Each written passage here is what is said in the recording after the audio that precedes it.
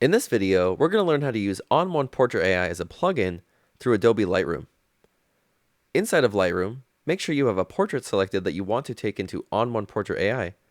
Then head up to File, Plugin Extras, and then go down to ON1 Portrait AI Standalone 2021. So now it's taken me into ON1 Portrait AI, and it's automatically found the face for me and applied a bit of retouching to it.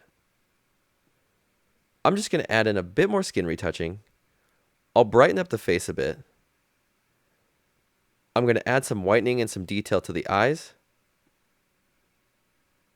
And then I'm going to enhance the brow and add some detail to it with this slider.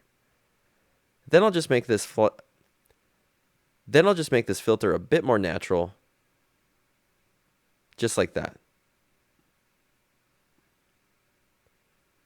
Perfect. So now let's head down and choose Done. And that will save the photo and export it back into Adobe Lightroom.